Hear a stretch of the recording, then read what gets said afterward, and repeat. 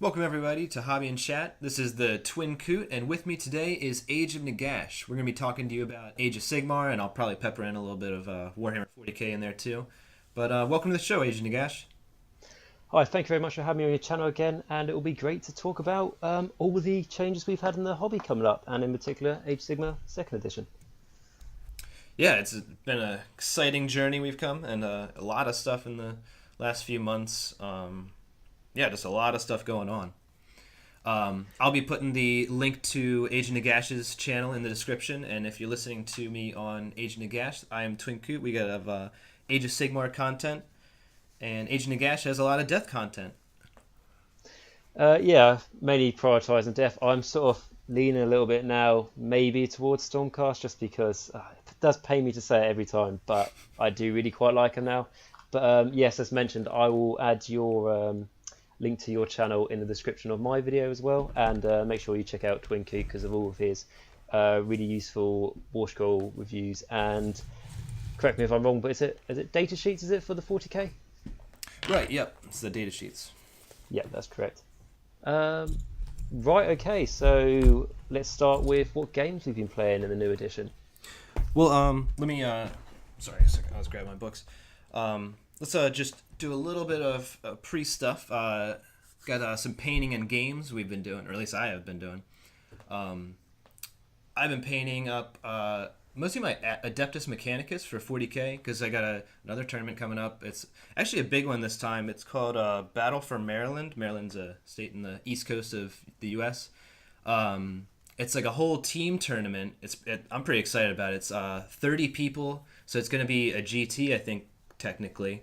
So it's teams of 3, and there's pairing going on. You're trying to get the best matchups for your team, but there's roles, and I don't describe the rules for that, but you pair up the teams, and then you try to get the best matchups. I'm bringing Admech. My friend is bringing Imperial Knights, and my other friend is bringing Tyranids. So I think got a fairly good chance looking at the competition, and I've been going kind of crazy painting all my Admech. I had quite a bit to do. I was planning on doing my Necrons, which are all painted up, but last minute decided to do Admech, so I have a bunch of stuff to paint, and the painting score is kind of important. So we're all working real hard to get our stuff painted up. I think we're gonna have a good showing in the end, though. I think our armies are gonna look awesome. Yeah, I mean, as I said to you before, it isn't really a true tournament, is it, if you're not painting up that army the night before the tournament? You're right. You can't take a already painted army to a tournament. That just doesn't make any sense, in my honest opinion. That's how I've been doing it, unless I've been doing it wrong. But that does sound like quite a lore rise. I'm not the most knowledgeable on 40k, but is that quite a mixed bag? Yeah, the knights and Admech make perfect sense, but then we have like these Tyranid pets. I guess I don't know. It's fine, but yeah, it sounds like a good team, and hopefully you'll do well in it. Yeah, thanks. Other than that, though, I've been doing Age of Sigmar stuff. I got 2 Soul Wars boxes, and I got all the Nighthaunt stuff out of it, and I'm basing them a little different from the rest of my death stuff. I don't know if this is a horrible decision or not, but we'll figure it out after I start painting. But I got a green stuff roller from Green Stuff Works. It's like a rolling pin, and you put green stuff on the base, and then you roll it out, and it makes like a little cobblestone pattern. And it took me forever to do, like the chain rasp hordes, 40 of them, but it looks good in the end. I think it's gonna look really cool after I'm all done. Taking my time with Nighthaunt, I really want to make sure I get the absolute best color scheme I can think of. I don't like seeing color schemes like months later and be like, oh man, I wish I did that. But I'm gonna spend a lot of time thinking about this color scheme to make sure I get the right stuff. Yeah, I completely understand that. And what you're talking about, the cobble streets and stuff you make with the green stuff. My one of my friends back in my local store has, I believe, he's got exactly the same one as you, and he's got it for his Ironjaw's army he's building. So there's sort of like a rampaging destroyers going through, cities and towns, destroying everything. And imagine your ghost will be doing a similar thing. Right. Yeah. With the idea behind that. And yeah, I know what you mean with paint schemes for the Nighthaunts. You want to try and come up with a more sort of original one. I mean, I do really like the green because I think it really pops nice. But for me personally, I've seen it a little bit too much. Not just the green, but I mean, it depends how you do it, I think, doesn't it? If you just use the wash entirely on the model, or just spray the model white and use the wash, um, it can look a bit flat. But if you use, highlights and all that sort of thing to build it up, it can make a big difference. So, what sort of colour did you say you're going for your ones? Well, my current Nighthaunt stuff, like the just Hex Rakes or Spirit Hosts I have, they are the primed white, and then I washed them with that Waywatcher green, I think it was. Excuse me, and just like dry brushed it with, I think it was Ulthuan gray or something. But yeah, it looks kind of basic and looks like a lot of everybody else's. So it's gonna pain me to repaint this stuff and not I'm gonna have a lot of trouble matching the bases, because I would like my Nighthaunt stuff to match with my Death stuff, but right now their bases are like swamp as opposed to cobblestone. So I don't know how that's gonna work in the end. Yes, it's interesting. I mean, like I was saying with the color scheme, I do really like that, but for me, I can't paint my models how they are on the box and all that. I don't know what it is with me. I just the one model I did paint how it was on the box with Archaon, and that killed me trying to follow a video on how to do it. But with the basing, yeah, I see your dilemma. I did that halfway through a Skaven army where I painted up and based like 60 clan rats, and then I wanted to change their basing, and it was a little bit annoying. I mean, maybe how are you doing your swamp? Is it with like Noble's Rot? Is it, or No, is it I with use water? Vallejo water texture, and then I put a couple drips of Athonian camo shade in there to make it look all gross, and I just put like little divots in the texture I'm using, the texture stuff. I think that's just I can't remember right now, but it's like a kind of a spackle material. Yeah, I was going to say with your cobble stuff, I'm sure you already thought of the idea. Don't know if it'll work or not, but if you could maybe make puddles and all that in the stonework, maybe it could be used to try and link the bases together.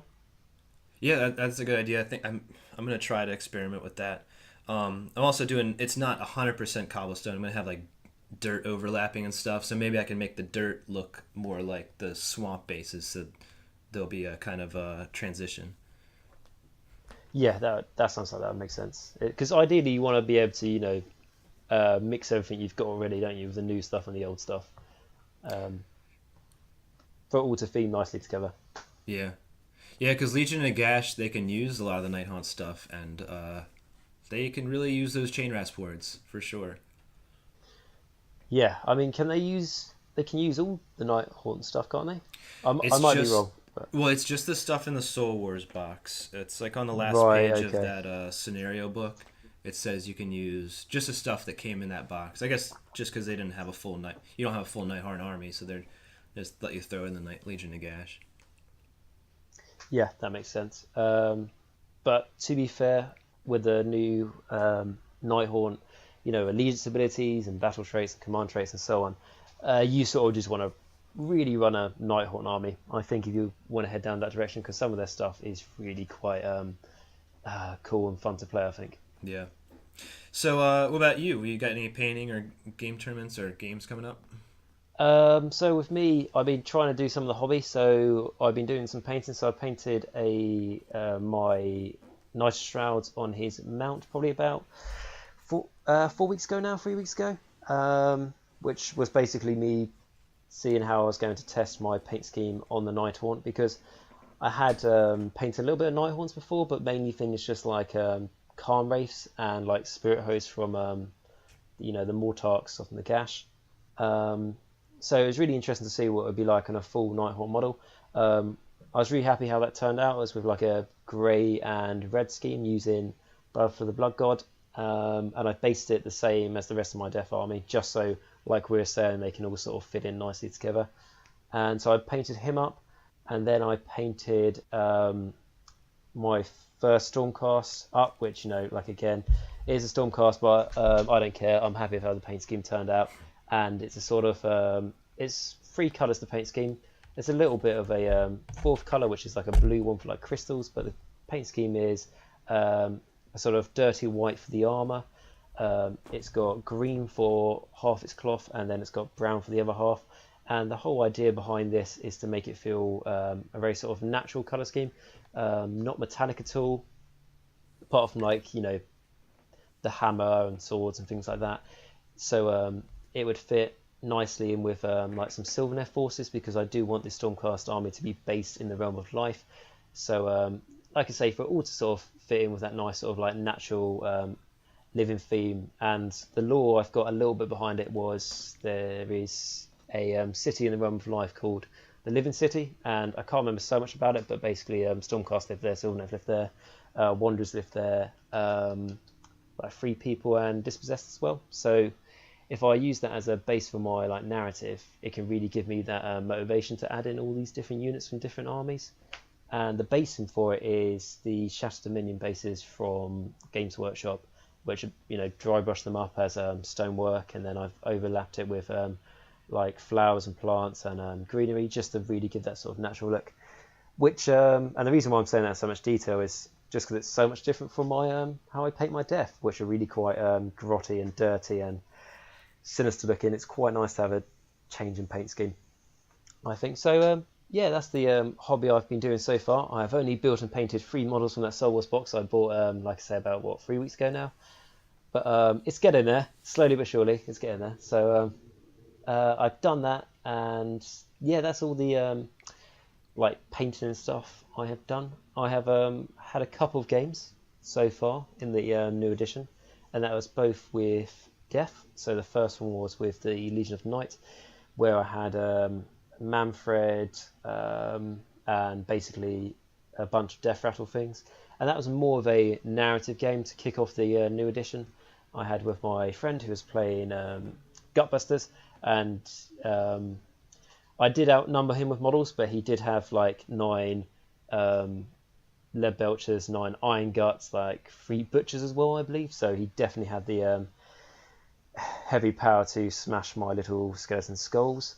But no, it was good fun. And then the next game I had was a Flesh Eater Court game against a mixed order army, and that was a match play game, so it was more competitive. And I really do like the changes in the new edition, because my Flesh Eater Courts did very, very well, and it's given me lots of new ideas on different lists for them. So that's about enough for me talking. What about yourself, Blink? Well, actually, I was going to ask, what do you use for the flesh eater quartz? What in the list? Do you Yeah, mean? like what'd you use in your army? So I traditionally use the Deadwatch battalion, which is basically a Flesh Eater Court army with completely made out of crypt flares and maybe a Terrorgeist. But I thought in the new edition I would make some changes, because the crypt flares, for example, on a 6 to hit, they do a mortal wound to the enemy, and that is traditionally on a 6+ to hit, so you could modify it to make it a 5+ and so on. But as the new edition points at it having to be a fixed 6, I didn't want to take them and abuse them, because they haven't had their rules updated yet. So I thought I would go with Crypt Horrors, and that's pretty much it. So in that army I had a unit of 6 Crypt Horrors, a unit of 3 Crypt Horrors, 1 Vargolf Courtier, 1 Crypt Haunter Courtier, a Abhorrent Ghoul King on foot, and then 10 ghouls I was planning on summoning on later from a table edge for free in the new edition, with the Abhorrent Ghoul King's command ability, Call to Arms, I believe it's called. So this was just a 1,000 point game, so yeah, it was quite a small game, but for me, it's really outshined how good Crypt Horrors are now. They were always quite good, because they make 3 attacks each, 4 to hit, 3 to wound, no rend, and 2 damage. But if they get a 6 to wound, it's 3 damage. So with the amount of attacks they make, there's a good chance of them being able to do get 6s to wound, and then that would be 3 damage. And it's also helped by, if they're within 15 inches of a Abhorrent Ghoul King, they get to reroll all failed hit rolls, just because. And the Abhorrent Ghoul King's spell, Dark Hunger, means you can pick a Flesh Eater Court unit and they make an extra attack.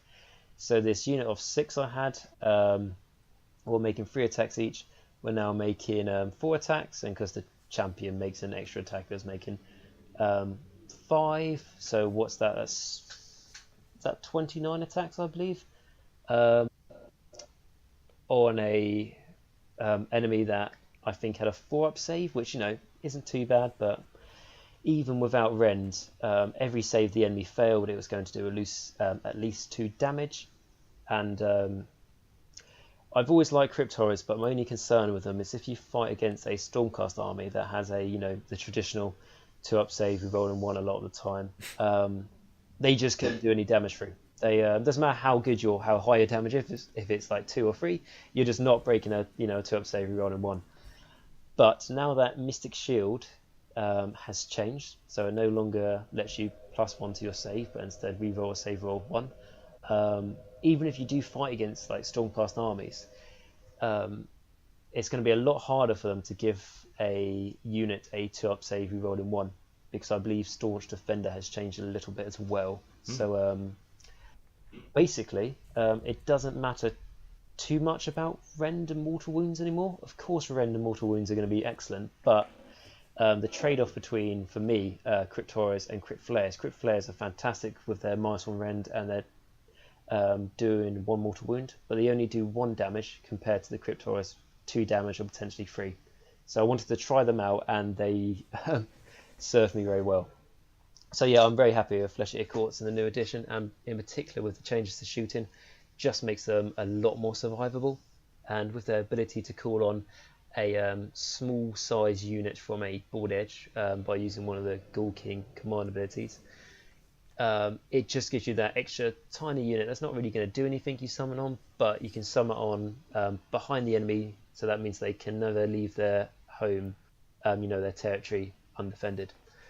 So yeah, I think they're a lot more versatile in the new edition, and there's a lot more lists you can make now that can be better than they were.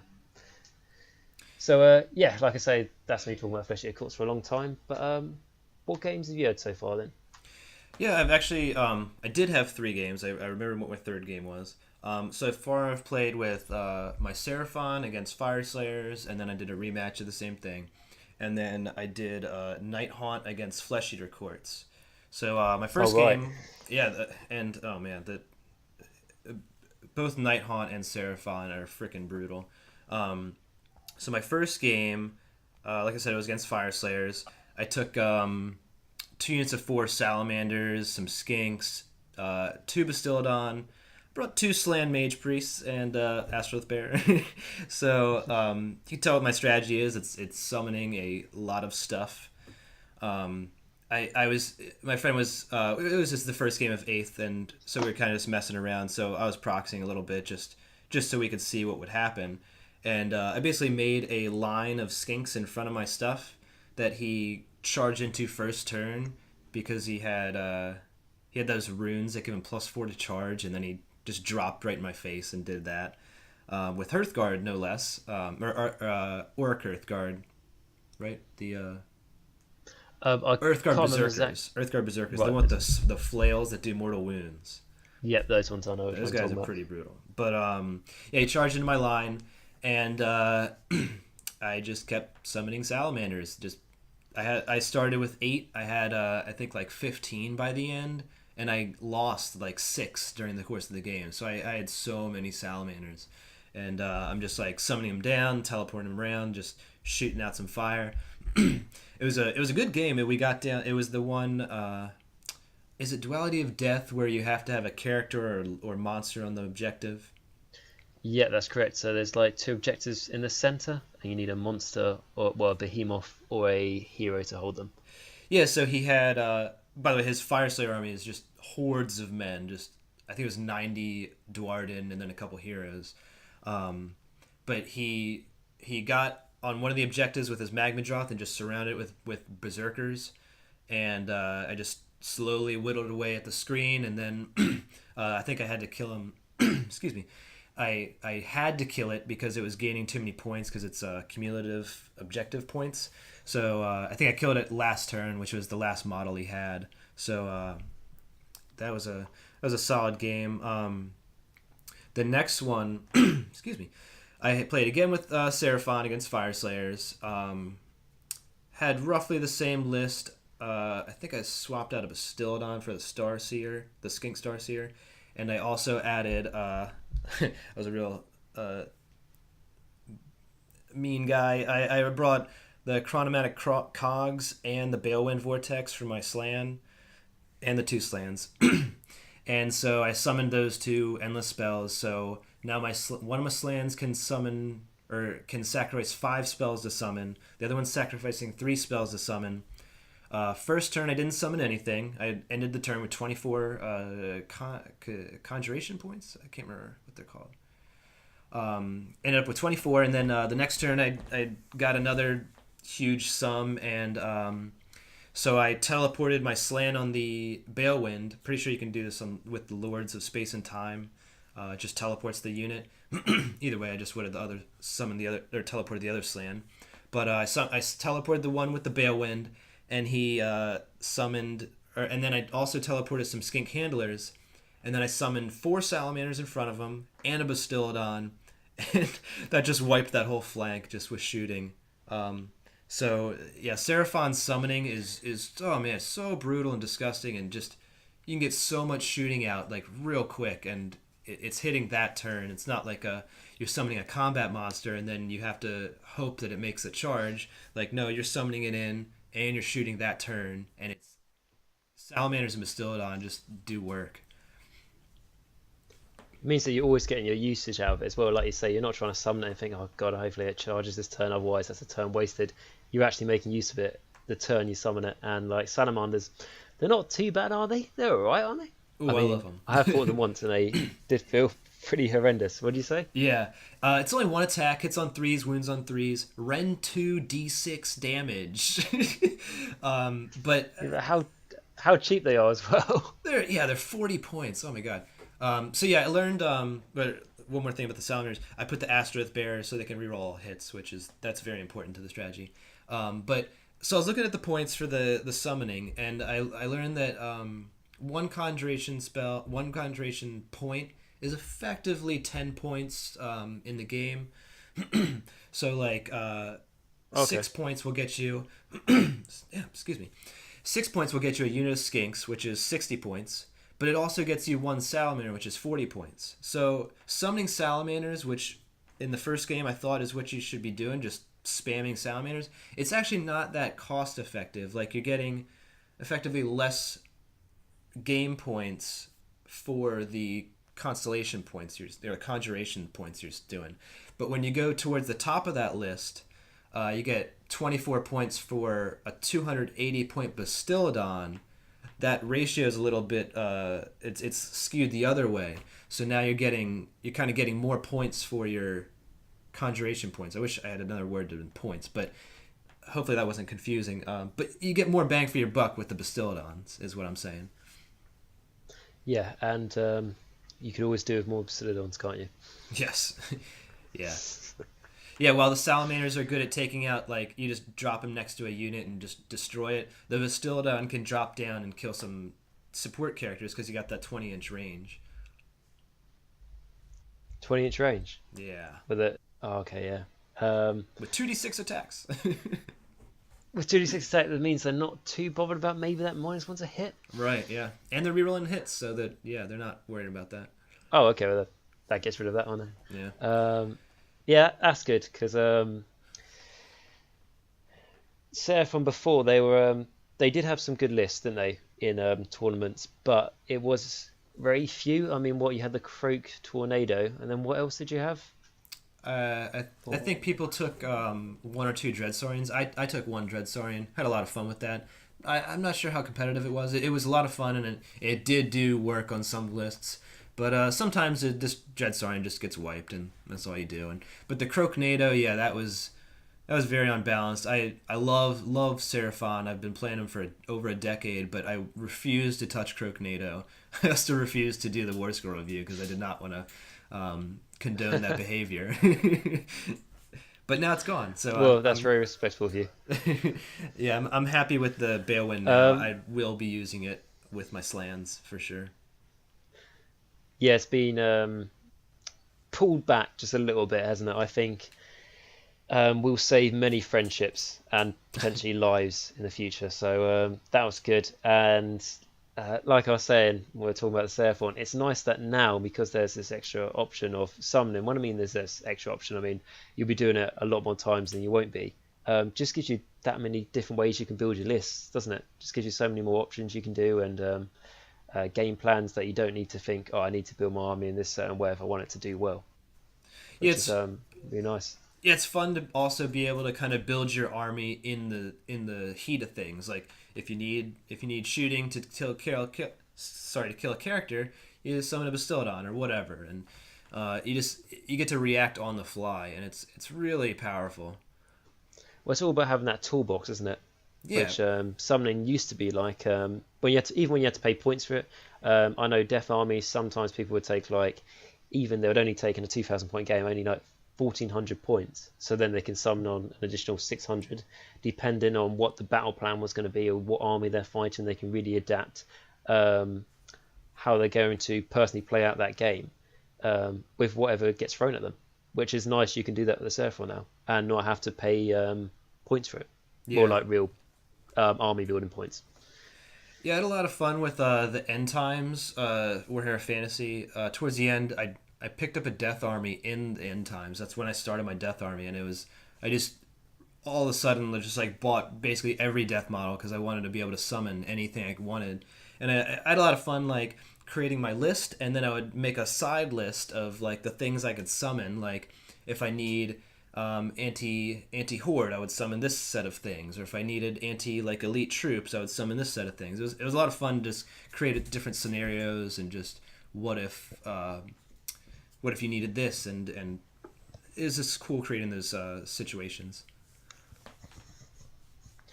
Yeah, which is nice. I mean, the Fleshy Courts, they can't do it to that extent, but now they've got being able to use a Apparent Ghoul King's command ability once per game for each Apparent Ghoul King you have. Um, it no longer means that you've got to think, oh, I've got to have something I can outflank the enemy with when I deploy on the table. No, you can just summon on 10 ghouls later, or a Var Golf, or 3 crit flares later, to react to what happens in the game. Um, Rather than like building your army before and thinking, right, this army has to work for every single possible battle plan and game I go into. Like you say, you can really sort of adapt to whatever gets thrown at you and build your army when you're in the heat of things. Yeah, yeah, but Seraphon are just so good, and I do like them a lot. They might be a little bit unbalanced though. It might be a little bit too much. I don't know that Games Workshop was intending for us to take multiple slams and then enhance their spellcasting even more. So I'm casting, or I have effectively 8 spells to cast, which is giving me 3 times 8 each turn, getting 24 points plus the extra stuff. Like that might be too much. That's a Bastilled on a turn. Like that might be a little bit too much. I'm not sure how to balance that. Maybe instead of the slam getting 3 points per spell, I'll do 2 points. I'm not sure, but I do think it's a little bit unbalanced. Like I tabled my Fire Slayer's friend. It was up until the end I did it, but then the next game we played, I like wiped out his big hordes of men, and he kind of I know he felt kind of disheartened, and he kind of just quit on second turn. And I was like, I mean, that makes sense. It wasn't gonna go any better for you because that whole flank was covered in dinosaurs.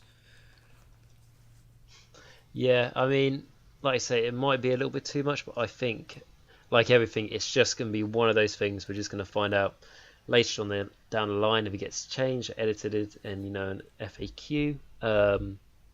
But for the moment, enjoy it Yeah, right. before it changes. Um, Uh, I do have a complaint to fall on deaf ears for the Seraphon, just because I want to whine about it. My favorite frickin' model in Seraphon, the Skink Starseer. I loved how he played before. I loved there's that little mini game kind of where like you pick a number on the die, and then your opponent picks a number on the die, and then you show them, and then like if you got a different number, then you get that many rerolls. But if they pick the number, they get that many rerolls. Like that was. I don't like a lot of those like silly little rolls like Cetra's thing where you had to like not kneel or something like that. I don't like those type of rules, but this one didn't really feel like that kind of thing. Like this felt like it fit in Warhammer, not showing the person the cover of the die, and it was just so much fun. It was like a whole little mini game, like mind game you played with people, and like I always did it with my friends, so I kind of somehow I knew what they were going to choose. And it was a lot of fun, and just they took that completely away and they changed it to roll a die at the start of your hero phase, and on a 2-up you get an extra command point. On a 1 your opponent gets a command point. Like, that's kind of boring. And Seraphon really don't care about command points as far as I can tell. Like, I don't care about my command abilities. Yeah, I mean, I'm not gonna lie, I didn't know that. You just told me that, and that does make me quite annoyed. I mean, like, I don't have a Seraphon army, but I was thinking about doing one.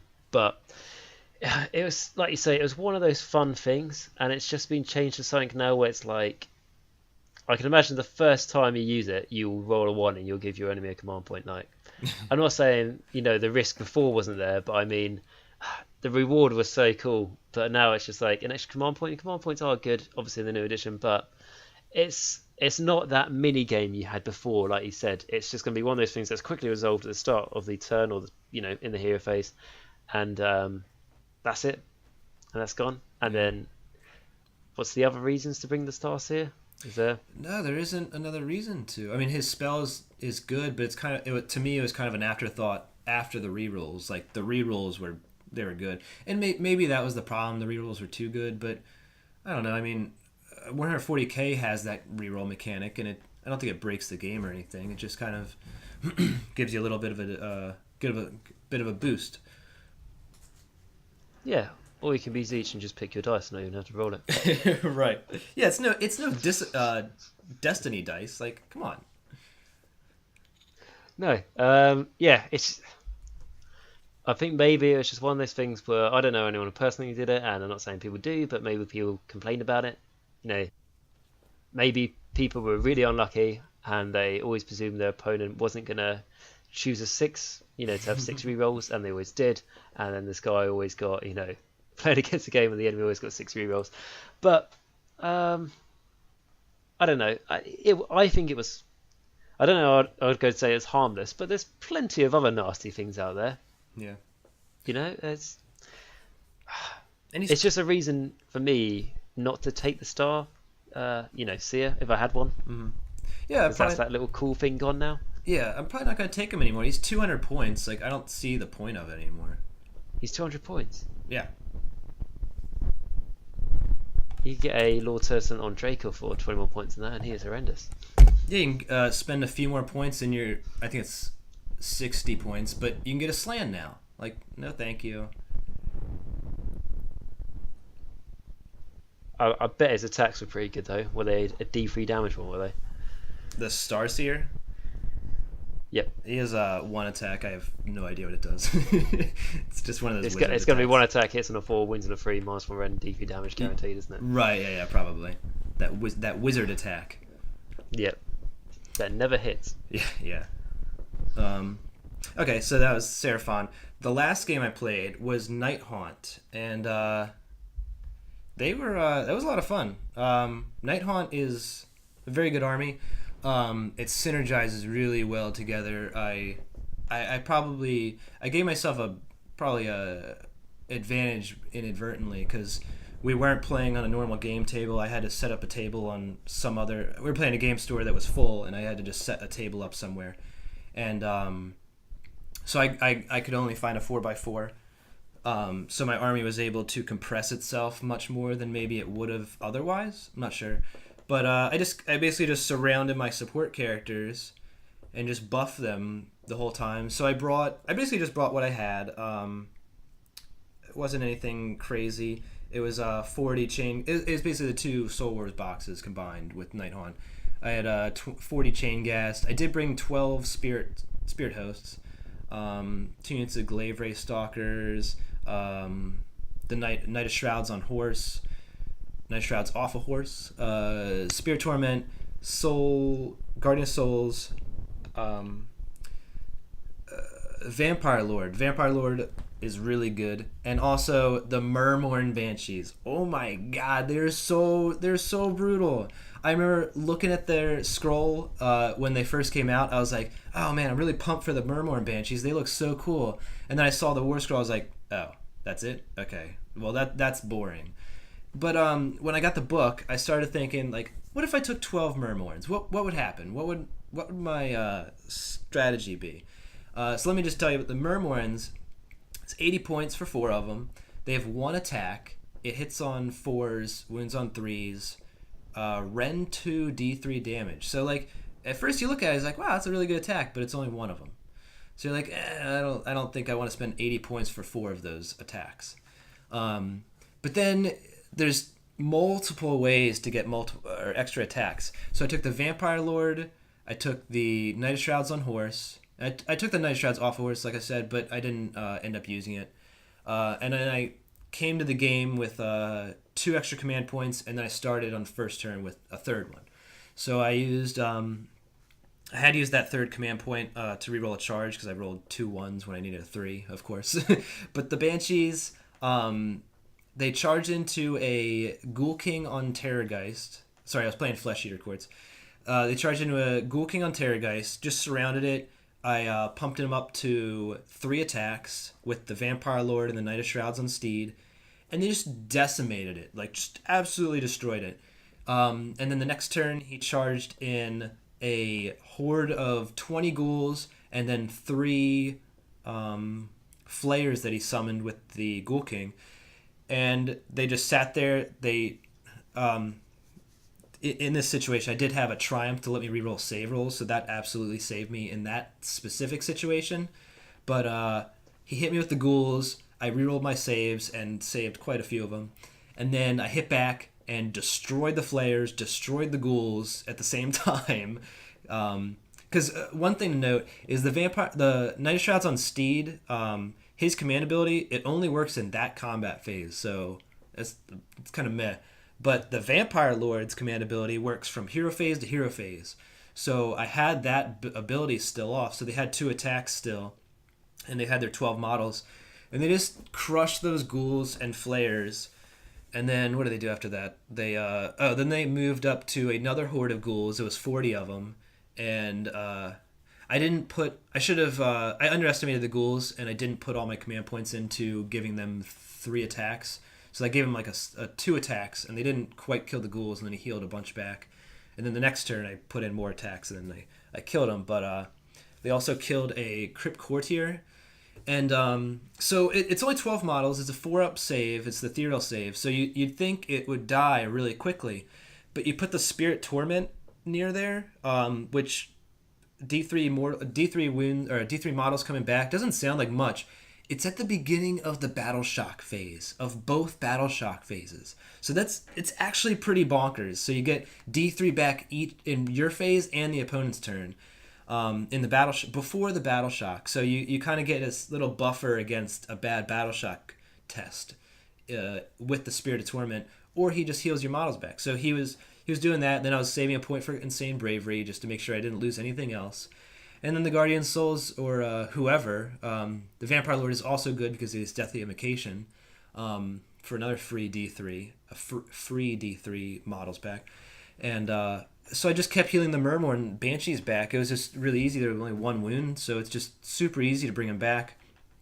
And I think I ended the game with them having 12 models, even though they kept getting hit by stuff.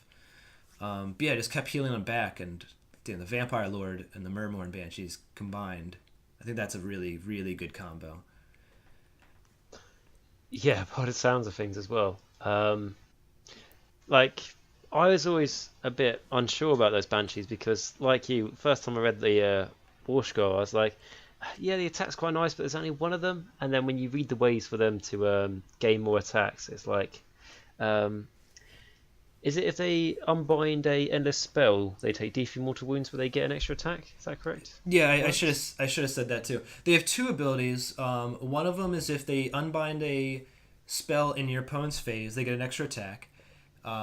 Until your hero phase, and then also in your turn you can dispel an endless spell and you get an extra attack, but you take D3 mortals back. So what I did was I feel like it was ingenious, but whatever. So in the terrain we were playing had 2 buildings kind of in the middle, and then there was like this alleyway in the middle between the 2 buildings, and he had his ghouls there. I had my chain ghasts. They're just kind of horde on horde action right there, just kind of just hitting. They're just they're both just grinding their way through each other. yeah, and then they would just heal each other back or heal themselves back, and it was just going nowhere. I let half of my chain gas die on one side so that it would open up one side, and then he had his horrors move up, and they were about to charge my chain gas, which 6 horrors, they're going to finish the chain gas. They're obviously going to kill all my screen I had right there. So what I did was I summoned a prismatic palisade right in between those buildings, and the horrors were stuck. They could not move. And in that same turn, I killed his only wizard with my Murmurns. Like I specifically targeted his wizard, so he couldn't dispel the endless spell. So the wall was in his way. He couldn't do anything about it. And then the next turn, I dispelled it myself with the banshees, and then charged them in, gave them an extra attack, or gave them 2 extra attacks. So they had 4 attacks. They took the D3 mortals. I didn't care. I just healed them right back. I healed them back in that same phase. They charged him with 4 attacks each and just destroyed everything. Oh my god. So awesome. And with that -2 rend, oh yeah, they don't get a save. As a fleshy orc player, I can tell you, right, that's big trouble. Right, I was like, I would do my damage, and then I would be like, all right, take your saves. You're like, I don't have a save. I was like, oh right, I just rolled my damage. I was like, all right, it was 6 wounds. Now it's 13 because I rolled well in the damage. It was just crazy stuff like that. It was just Murmurns are so good. Oh man, The best so part good. with things like that as well, it's like when the opponent goes, okay, so that's 6 damage, and you go, no, it's D3 actually, Right. and then you roll those dice. But yeah, they sound so good. Like I said, what I was worried about is like, oh, you take D3 mortal wounds, and then they've only got 1 wound apiece, so you might on a unit of, if you had a unit of 4 of them and you take D3 mortal wounds, 3 might die and you're left with 1 and he gets an extra attack. But as you said it, you can heal them back so easily because they've got that 1 wound. And like you're saying in the battle shock phase, that's when you bring these models back. It's not like in your hero phase. In the battle shock phase, it's twice in every battle round. Yeah. So that is, what's that? Potentially 10 times a game. Oof. Yeah. It's a huge amount. And being able to heal, I mean, like you're saying, in the battle shock and the hero phase, like you get 2 different places at the beginning of your turn and the end of your turn to heal, and it makes up for, like, when you take the D3 mortal wounds, and oh my god, Murmurns hate mortal wounds, but healing them back. And I cannot stress enough how good the Vampire Lord is in Nighthaunt because of his command ability. It's better than the Knight of Shrouds on Steed, so I don't know if they're going to change it, but it's outright better than it right now. And then he has Deathly Invocation for 3 units to heal back D3 models, which in a Nighthaunt force, that's really good. Yeah, that is really, really good. And it goes to show, because like originally I would have thought Nighthaunt, they didn't really need any allies. They're very set up how they are, as they are a brand new army of lots of synergies. But just adding that extra Vampire Lord in there for, like you say, giving that unit an extra attack, it's huge. And the hero could use his command ability more than once in the same turn, can't he? If he's got enough command points to do so. Oh. Is that how it works? Oh my god, right. I think that is. I might be, if I am wrong, please let us know in the comments and stuff. But I think I remember hearing that you can use it multiple times as long as you've got the command point. Yeah, I think you're right. And I mean, it depends on how the wording is for the Vampire Lord. But if that's true, I don't even need the Knight of Shrouds on Steed. No, just chuck them away. Chuck them out. Oh my gosh. I already took out the Knight of Shrouds off of Steed because I never had enough command points. Because my plan was to do +1 to hit and then +2 attacks, which is kind of overkill, make them hit on 3s. But also, there's a couple other synergies in there that I forgot to mention. The Spirit Torment, not only does he heal, he rerolls 1s to hit, which on the Banshees hitting on 4s, and actually most Nighthaunt hits on 4s, so rerolling 1s to hit it's pretty important and helps out a lot. And then the Guardian of Souls being +1 to wound, then the Murmurns were wounding on 2s, so they're hitting on 4s, reroll 1s, wounding on 2s, Rend 2, D3 damage, with like 3 or 4 attacks, and they're just disgusting. Disgusting in a good way, though, depending on what side of the table you're on. But yeah, that's so good. It's like we're saying about Knight of Shroud, like, you don't really need him because the Vampire Lord can do a better job, but he is a nice model, though, isn't he, the Knight of Shroud? Yeah. compared to well, I've made my own vampire on a horse, but compared to some of the models out there, maybe a conversion could be done. That's one thing I'm disappointed over the Night Shroud is the horse's attacks. It's a very big horse, and its attacks are not great.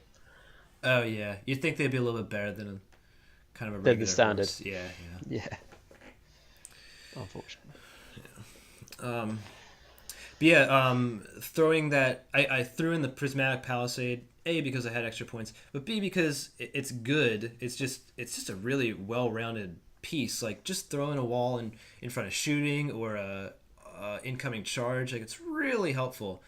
But also it's a really low casting value, so the Murmorns can easily dispel it in their turn when I need to get that extra attack. So that's why another reason why I took the palisade, because I think it's a casting value of 5 or something. So it was really easy to spell. And also the Murmorns, when you have 12 of them, they're +3 to unbind. So like, yeah, go ahead and cast your spell. They're not gonna get off. The Murmorns are just gonna get. You're just gonna power up a Murmorn Banshee unit, and you're not gonna get your spell off because I'm +3. That's crazy, isn't it? And it just shows because, like you say, you've got 12 of them. So I think like originally when I first looked at them, it's like how what's their value as a unit of 4, but compared to what their value is as a unit of 12. I mean, how many points is it for 12 of them? It's 280 Two. I mean, or that is 240. Yeah, 240. Sorry, but that's that kind of a is lot. it is a lot. But by the sounds of things, if you put the abilities in the right places and you properly buff them up, they are more than worth their points. Yeah. Are they? They have a 4-up save, and they obviously ethereal, so don't take any rend. Is that correct? Yep, and they have the 8-inch movement, and that was another thing. I had the pendant of the fell wind, and so they're moving 11 inches with fly. So yeah, they were just going wherever they felt like. Wow, that's not bad at all, is it? And the I suppose you would say they are a bit glass cannony, Oh yeah, because they've got a 4-up save. They don't take any rend, which is really good. And I mean, like I'm sure we can all agree that a whole army that doesn't take any rend is just insane. And they do get their 6-up death save, don't they? Because Nighthaunts still get that. yep. But so I say they're glass cannon, but compared to a lot of other things out there, they're not really. Compared to like Daughters of Cain or anything like that. So if they get hit first, they can take it to a certain degree. Especially like you say, they can just bring back those models. The Banshees. But that's the worst case scenario. But the best case scenario is like you say, you get those attacks in first, and if you buff them up enough, there's not going to be that much that can withstand that damage. Yeah, they are kind of glass cannons. They have the one wound is what it does it. So mortal wounds just they go if you can get. I mean, it's not that hard to get about a dozen mortal wounds if you're decent. If you have a decent army to make mortal wounds that produce mortal wounds. But yeah, the mortal wounds just destroy banshees. Another thing is I had Mystic Shield on them, so they were rerolling ones to save. So it pumped them up a little bit. They're a glass cannon, kind of, just because of the wounds, really. Their save is good, and they have some chance to save against mortals, but not really. The mortals are going to kill them. Right. Okay. But at least they can come back. Because I'm sure there's some armies out there that have a unit quite similar, and they would complain that they have no way to bring back their models. So yeah, Source Guard. You can still get a 2-up save, I believe. Maybe it's a 3-up.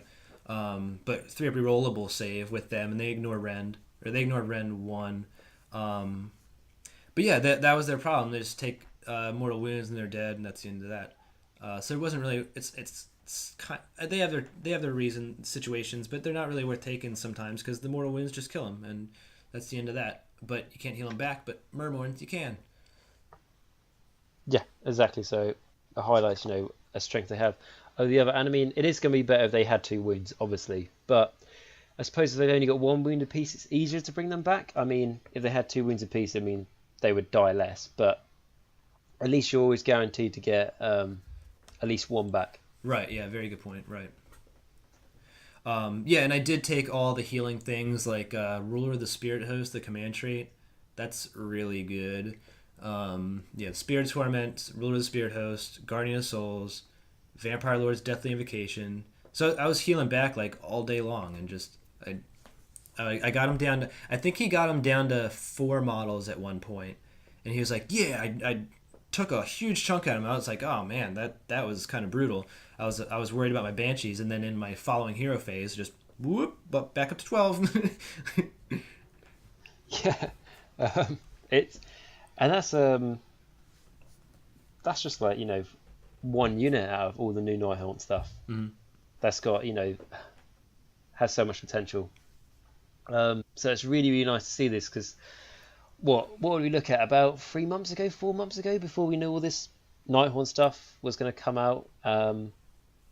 They were not really the same sort of strength, were they, back then? Would you say? Nah, they're real limited, and then the synergies they basically non-existent in the synergy department. No, it's basically try and get as many pluses to hit for the Spirit Host to make them do more wounds, really, wasn't it? Yeah. Now they get like But 8 different support characters or something like that, and they all do something worthwhile. yeah, that's the thing. There's not many out there, is there, that you think, oh, I'm never going to take him because he's not really going to add anything to the army. They all do. I mean, even the Lord Executioner. When I first read his Warscoll, I thought he wasn't particularly good because he didn't really add much to the army. But then when I read it again, and he makes an enemy hero within 3 inches of him -1 to hit, he's already earned his place in my army as far as I'm aware. Being able to do that, especially on like big behemoth, characters. I don't know, like you look at the big guys like Lord Cecil on Drake, no, Star Drake, or an Archaeon or a Nagash. All these big guys, making them -1 to hit. Yep, he's done his job. Yeah, If it just damages a bonus. yeah. The Lord Executioner does seem like a lot of fun. Uh, he can get up to, I think it's -4 actually, because he has in shooting and combat. So in shooting he's a character, so he's -1, and then in combat against a character he can choose them to be -1. So there's -1 in both cases, and then there's a warlord trait and an artifact to give him another -1 to shooting and then to combat. So then he's -2, and then you can throw the Morngul in there to be -3, and then there's a battalion to give him another -1. So he can be -4, which it's probably not. It's not that great. I mean, it is great, but kind of situational. But still, like he could be just impossible to hit. Yeah, like really, really impossible. And also, when you do hit him, he doesn't have the 6-up death save. He actually gets a 5-up death save, which is nice. And then, of course, he's ethereal and he's got a 4-up save. Yeah. He's not particularly bad, is he? Nah, yeah. My opponent though. Or sorry, were you gonna say something? No, crack on. Yeah. So my opponent, I do want to talk about Fleshier quick. That was the first time I played against them. They seem like they got a big boost not having to pay for reinforcement points. He took that command trait that lets you use your command ability twice. So he threw his Ghoul King on Terrorgeist up right in my face, and then summoned a unit of Flayers and a unit of Horrors behind me. Which, if he made the charge in that turn, it would have been bad news for me because I was not screened back there. But he unfortunately failed the charge. But that would have been really bad. I would have lost probably my Spirit of Torment and maybe another character, and he would have sat on my objective, which would have been bad. But I was able to counter event. I was able to move my Chain Gas after that to get in between them. But summoning 2 free units is just it's awesome. It kind of like doubles his effectiveness. I don't know how many points the Horrors and the Flayers are. I think they're 160 each or something. Yeah, the Crypt Flares and the Crypt Horrors are 160 points, and then it is it's a really nice change, the summoning rules and abilities now. I mean, how it works is that each opponent Ghoul King can use their command ability once, obviously for a command point, and then they can use it. Each Ghoul King can use their command ability for free one time, and when I mean by free, I mean not costing any army building points to summon, like 3 Crypt Horrors on or 10 ghouls, whatever it is. So I don't know if you take the command trait to let you be able to use your command ability twice in one turn. I don't know if you could use it twice for free. I think it might just be a one thing only. I thought. But Oh, okay. I haven't looked at specifically, but I thought it's. I don't know. Maybe you're right. Sorry. I'd rather it be that way, believe me. And it might be, but when I played it, I didn't do that just because I was unsure. It's just because I haven't got it right in front of me, but it says something along the lines of um, each Ghoul King can use that ability once in the game for free. But if you're using it twice at the same time, it might count as once. I'm not too sure. But anyway, so that aside, yeah, it's really, really good. And being able to summon, even just 10 ghouls. I mean, I did this in my game I had against the Mixed Order, and I summoned 10 ghouls on just to try and take an objective on the enemy side of the board, and the enemy was guarding it with 10 dryads. And I was going into that battle, and I thought 10 dryads are going to kill my ghouls easily. The ghouls charged in, and the ghouls killed most of the dryads in like one round of attacks. They make 2 attacks each, so that's like 20 attacks, just from a unit of 10 of them. And it didn't wipe them out completely, but it killed them enough for me to take that objective. So to get, in that case, I got I think 3 points for that objective. I can't remember the name of the battle plan, but it was one of the new ones. So yeah, just summoning 10 ghouls there gave me 3 victory points. And then so that's the smallest new way to summon with Flesh Eater Courts. And then the other way, if you summon Crypt Horrors or Crypt Flares, that's a 160 point unit for free. If it's the Flares you summon, sure, they can't move that turn unless they charge, but next turn they can move 12 inches and then they can get around the board pretty quickly. Crypt Horrors, like I was saying earlier, are just really, really tough and really solid in combat. And then if you've got a Abhorrent Ghoul King on a Zombie Dragon in your army, and his command ability lets you bring on a Courtier, you could bring on the Little Ghoul Courtier, the Crypt Flare or Crypt Horror Courtiers, or you can actually bring on a Vargulf. And Vargulfs are really, really nasty and potentially a little bit too cheap for what they can do in the game. They're really good, obviously, for your army. They're probably the best hero in all Flesh Eater Courts, just purely because they can benefit your whole army by bringing back ghouls or Crypt Flares or Crypt Horrors. But also, in combat, they're not particularly bad either. I mean, when I went to a tournament last year, I had my Vargulf, and I try and keep him out of combat because I want to keep him alive so I can keep him bringing back my Crypt Flares at the time. But unfortunately, he got charged by a enemy Carnosaur. And what is it? What's the most powerful Carnosaur? Is it the Scar Veteran? Is it? Or is it the Old Blood? Old Blood. The Old Blood charged him, so the nastiest one. Unfortunately, the guy, the Carnosaur, didn't hit very well, so didn't manage to kill the Vargulf. The Vargulf turned around and I think put that Carnosaur on 2 wounds. So I had 2 wounds remaining. The next turn, it killed it, and then like a couple of turns later, it got a little bit too cocky and charged into another Carnosaur on the other side of the table, and it didn't kill it, but it did like do 6 wounds to it, so it did like put its health on half, and it did die at that point, but it was like really, really good. And this guy is only 160 points, and so in combat he's pretty good. I mean, he has 4 attacks. I believe they're a 3 and a 3, so 3 to hit, 3 to wound, -1 rend, D3. No, sorry, they're okay. So he's got 2 attacks. The first one is 4 attacks, hits on a 3, wounds on a 3, -1 rend, 2 damage, and then his next attack, were his fangs, hits on a 3, wounds on a 2, -2 rend, and D3 damage. The Flesh Eater Court Wizard casts a spell within 18 inches of him. He gets to reroll all failed hit rolls. And yeah, he can be quite nasty. I mean, probably the worst thing about him is that he's got a 5-up save, but 5-up save is not too bad. It could be a 6-up save.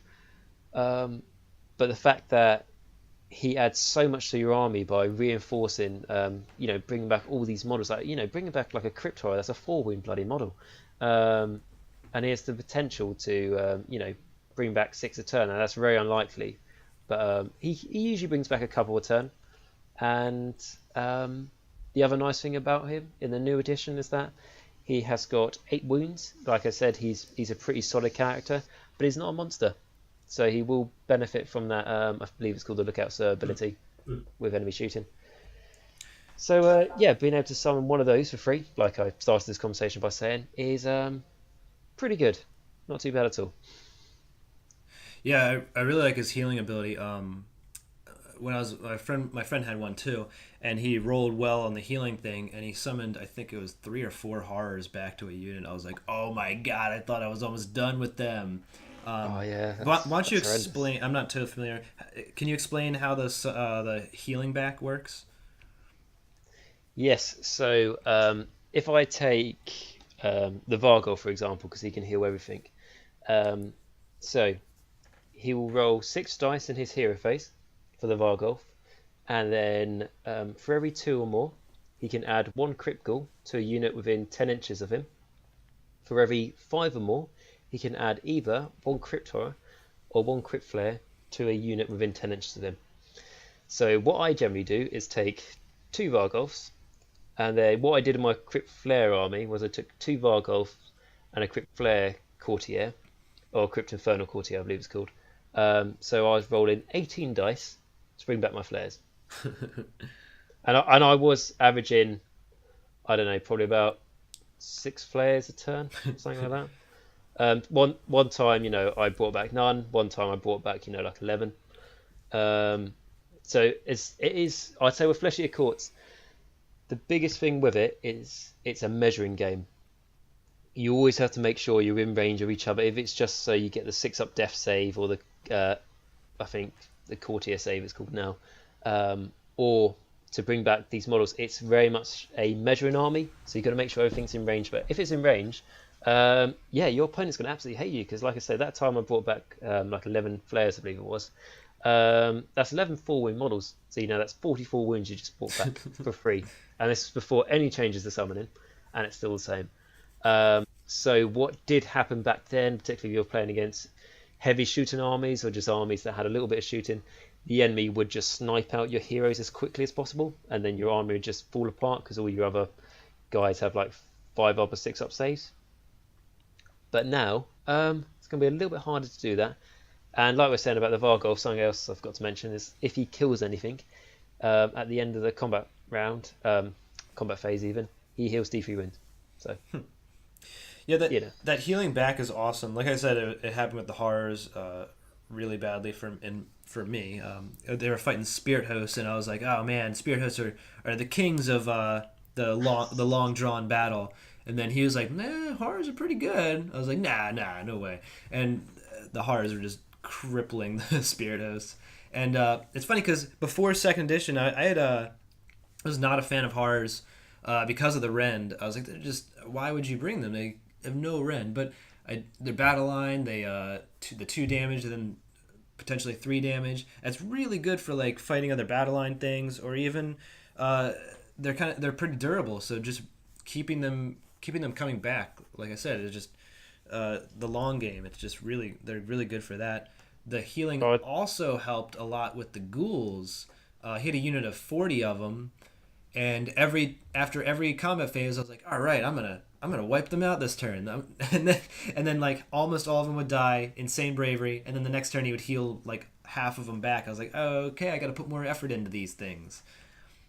yeah, I mean, absolutely. For example, like when I've been to tournaments and stuff with Fleshy Courts, I've never taken a horde army with Fleshy Courts. What has been quite traditional to take loads of ghouls and use as like ghoul patrol battalion. But I've always taken an elite army, so like horrors or mainly flayers, and I always start out the game generally outnumbered by the enemy, maybe like 2 to 1, or maybe even like 3 or 4 to 1. But generally by the end of the game, I have more models than the enemy because they are the. I mean, I haven't played every single army in Age of Sigmar, so I can't say for certain. But from the ones that I've played or played against, they are certainly the most grindiest army possible, and now even more so with the fact that it's harder to get rid of those characters, bringing back those models in every one of your hero phase. So I'm really excited about how Fleshy Courts are going, and like I said, I usually basically just took crypt flares, but now I think maybe crypt horrors might be better in the new edition. It'll be interesting to get some light on those, because I've got 9 of them, and then I've already got like 3 on sprue ready to go. So yeah, be interesting times for them. Yeah. What was I gonna say? But talking about cryptos again, like I was saying before, with them being able to do 2 damage each with their attacks, potentially 3 and a half, 3 attacks each, if they don't get given any more by other means. And they get to reroll all failed hit rolls. That's really, really good. And especially how there's the spell from the Ghoul King on Zombie Dragon, which I can't remember exactly what the range is. It's either, I think it's like 8 or 10 inches. But he casts this spell, I think it's called Feeding Frenzy, and every Flesh-Eater Court model within, like say, 8 or 10 inches of him gets to reroll failed wound rolls, I believe it is. So if you want to, that's the Abhorrent Ghoul King on the Zombie Dragon, you can, if you focus a little bit of effort on it, you can make your unit of Crypt Horrors reroll all failed hit rolls and failed wound rolls. Just in case. Yeah, right. That's pretty solid. Yeah, Flesh Eater Courts seem like they got a pretty big boost. I'm happy for that. Yeah, which is nice, and it's not even that they had too much changes to themselves. Like we're saying, they can do like the summoning for free now, which is huge because huge in a really nice way personally for me, because the summoning before, it was cool, but I never personally did it because I'd rather just not chance it trying to bring on models onto the board. I'd rather just have the safety in knowing that I'm not going to miss out on any of my army. I can deploy it on the board, and if the enemy kills my characters, that's not going to stop me bringing more models on. But the nice thing about it now is you don't have to pay points for it, so you're going to do it, and it's going to make the game a bit more interesting. And so apart from that, Flesh Eater Courts haven't really changed that much in the new edition, but because the core rules have changed slightly, it's massively impacted on them in a positive way. So they're sort of finding their feet again in the new edition, which is nice. Yeah. I do have another question about the courier ability. That's the one that's heals back, right? That's what's do you roll the die before you choose the target, or do you roll the die and then, like for the Vargulf, can I heal back ghouls and the horrors if I roll right? Yeah, you roll the dice and then you pick. Okay, awesome. So it's not even like, I'm going to really risk it and try and go for Crypt Horrors when you could really bring back your ghouls as well. But you think, no, I want my Crypt Horrors, and then you roll loads of like 2s and 3s, what could have brought back your ghouls, but you've already picked your Crypt Horrors, so tough luck. It's not like that. You can just pick and choose when you roll the dice. Man, Vargulfs are really good then, and they're only like 20 points more than the Flare or Horror version. Oh yeah, they're only 160 points. Yeah, they're really good. They almost make the Horror version not look very good. Yeah, I looked after I looked at the points. I was like, wow. I was telling my friend because he's still kind of starting up with Warhammer, but I was like, I don't know if it's really worth taking the Flare or the Horror version, the Grand Courtier or whatever he was, because it's only 20 points more for the Vargulf, and I think you had 20 points left over, so just take him, and that's what he's gonna do. He's gonna take 2 or 3 Vargulfs, I think, next time. Yeah, I think Vargulfs are definitely better. I mean, I suppose the trade-off you got with, like, I don't know, let's take the Crypt Haunter Courtier, so the Horror Courtier for an example, is he's 20 points cheaper. And instead of having a 5+ save, he's got a 4+ save. He's got 3 attacks that I believe are force to hit, freeze to wound, no rend, 3 damage. And then he's got another attack that's 2 attacks, force to hit, freeze to wound, no rend, 1 damage. And he always heals a wound in your hero phase because of royal blood. Essentially, he's drinking vampire blood, and that's how he's healing. So, he's not bad. He's got a couple of things that makes him better than the Vargulf, but I think ultimately the Vargulf, he's just all round a lot better. Yeah, he's not healing 1 wound in your hero phase, but if you make sure he kills something, which he will be, he heals D3 wounds. But the problem with that before is that you had to get him into combat. I like to try and keep him out of combat to keep him alive for longer, so he could bring back my horrors or my flares. But now, doesn't matter how close he is to the enemy, as long as within 3 inches of one of your units with 3 or more models, which, crypt flares or crypt horrors, their minimum size is 3, so you will be doing that. As long as in range of them. In the enemy shooting phase, he'll be -1 to hit. So you don't have to be so scared now about bringing them up the board to do that damage to heal. So he's even just got more survivable. I mean, the Crypt Infernal Courtier, so the Crypt Flare Courtier, if you look at his Warscoll, he looks really good. I think he has 4, I think maybe 5 attacks, and if he gets a 6 to hit, he does 2 mortal wounds. But to me, that sounds really good, but every time I've used him, he's never done any mortal wounds. So I don't know if that's just unlucky, but in my experience, yeah, the Varghulf's a lot better. Taking 2 of them is really good. Taking 3 would be really, really good. Um, I do like the Terrorgeists and the Abhorrent Ghoul Kings on them, and the Zombie Dragons and the Abhorrent Ghoul Kings upon them as well. But I don't think they're essential in a Flesh Eater Court army. They look fantastic. I mean, don't get me wrong, I've got like 4, but um, you can definitely get away with just using the Courtiers because the damage dealing units can just be your Crypt Horrors and Crypt Flares. Yeah. It's one of those armies that when you look at like how many boxes you need to build up an army, I think all the models come in like 3 different boxes. So it might not sound like they have a huge lot of unit variety, but for an army that doesn't really, well, when they got an update in Age of Sigmar, they didn't really get any new models. But saying that, they are so much fun to play. Even if it looks like they only have like 3 different units, they are really, really good, and there's so much synergy there. There's a lot to them. So that's why I really like them. What do you mean you didn't get new models? The Crypt Flare is brand new, buddy. It is a completely different head on that model. It's brand new. It's a completely different head, isn't it? I knew like someone back in my store. It's not there anymore, but it used to be a big Vampire Count player. And when they first came out, I was speaking to him, and I was like, "Well, at least you can build them in different ways now." And he was like, "Oh, I got so bored building like Crypt Horrors before, I just ended up building them like that anyway. So I've already got like 6." And I was like, "Oh, fair one."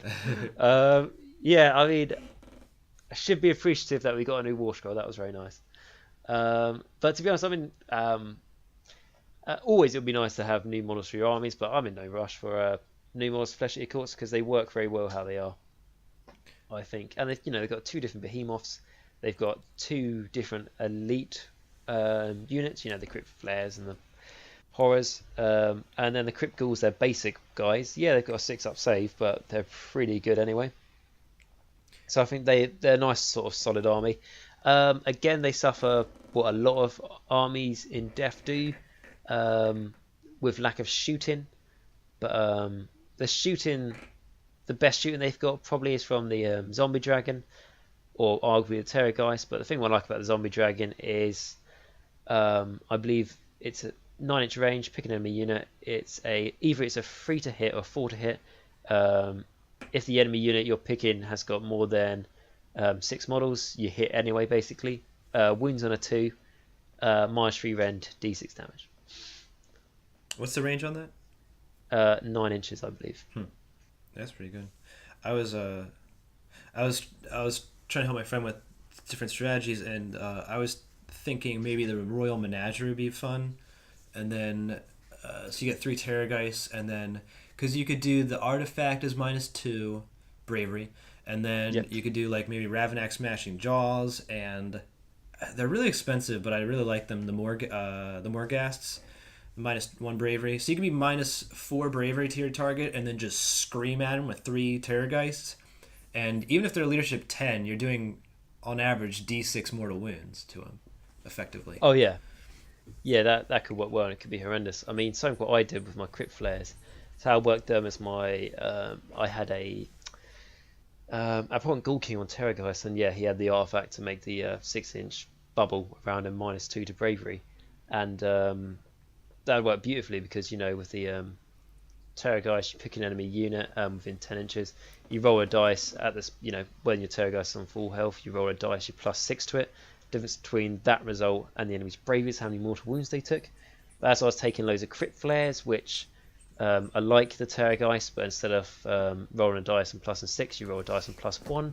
Sounds a lot weaker, but if you were playing against Orcs or something, or Skaven, which did happen, and you make them like bravery 4, and then you've got 21 Crypt Flares, and every 4 you get is doing a mortal wound to them, every 5 you get is doing 2 mortal wounds, and every 6 you get is doing 3, and then you've got a Terrorgeist as well.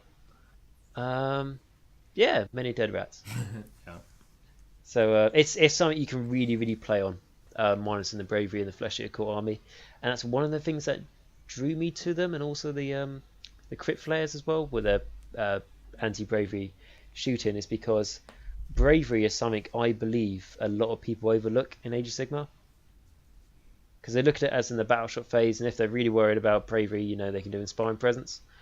But because there's quite a few attacks, and more so now than ever, that depend on the enemy's bravery, it's really quite a good thing that you could take advantage of, what the enemy might have not noticed themselves.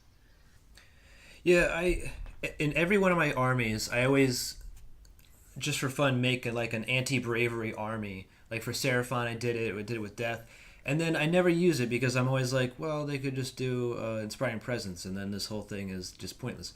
Um, yeah, like things like the shriek, the Terrorgeist Scream, makes sure that you can do damage even if they have insane Inspiring Presence or whatever. Um, yeah, just enforces the damage. Nighthaunt, I'm really excited for the Shriek Guard. I think that's what it's called.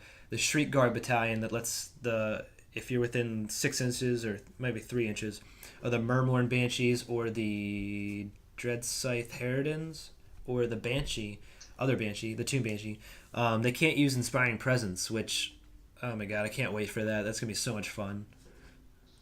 Yeah, that's the definitely the battalion I want to build, because it's just going to be so fun. I don't even know it's the best one, but it's just going to be so fun to play around with that. And then also with that, if they're within 6 inches of those models, if they roll one for battle shot, they have to reroll it.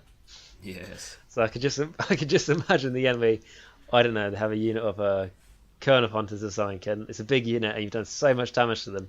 They have to take a battle shot test, and they think, "Oh, I'm going to automatically pass it." Nope, you can't do that.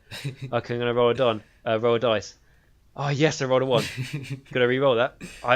I would do that, and I'd play so many games just for that one moment to happen. It Yeah. would be so fun. Oh yeah, that would be good.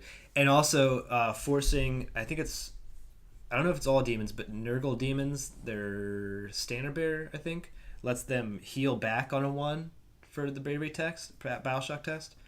Yeah, you're gonna have to re-roll that, buddy.